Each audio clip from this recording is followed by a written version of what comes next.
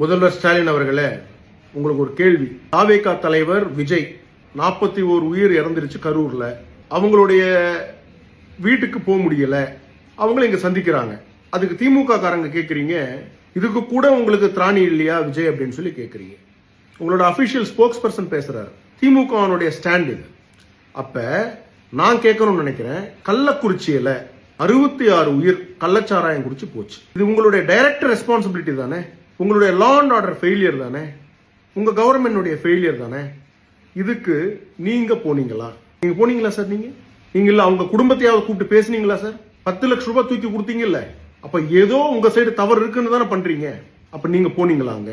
நடிகர் விஜய் அந்த குடும்பத்துல இருக்கிறவங்களை கூப்பிட்டு, அவர் தவறு இல்லை அப்படின்னா கூட அவர் கூப்பிட்டு அவர் இருக்கிற இடத்துல சந்திச்சு அவங்களுக்கு கல்வியில இருந்து, மருத்துவத்துல இருந்து, கல்யாணத்துல இருந்து எல்லாமே நான் பண்ணி கொடுக்குறேன், உங்க வீட்டுல ஒரு பிள்ளையா இருக்கேன் அப்படின்றாரு.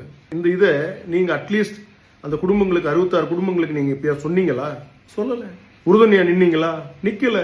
திமுக ரொம்ப கேவலமான ஓட்டு அரசியல் எல்லா விஷயத்திலும் செய்ய வேண்டியது. கரூர் சம்பவம் விஜய்க்கு இது எப்படியாவது அவர் தலையை சுத்தணும் அப்படின்ட்டு நைட்டோட நைட்டா போனீங்க நீங்க அங்க விஜய் கரூருக்கு. போலீஸை வச்சு மிரட்டினீங்க, என்னென்னமோ பண்ணீங்க.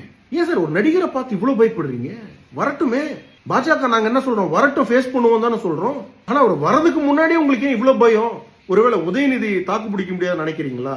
இது போன்ற கேவலமான அரசியலை திமுக பண்றது நிப்பாட்டணும் சார். இனிமேலாவது, ஏன்னா இப்ப இருக்கக்கூடிய உலகத்துல மக்களுக்கு எது நல்லது கெட்டதுன்னு சொல்லி அவங்களால பகுத்தறிந்து பார்க்க முடியுது. உங்களுடைய கட்சி ஆட்களுக்கு சொல்லுங்க, உங்களுடைய கட்சிக்கு சொல்லுங்க, இது போன்ற ஒரு கேவலமான அரசியலை நிப்பாட்டிட்டு ஒரு நல்ல அரசியலை, மக்களுக்கு தேவையான அரசியலை செய்வோம்.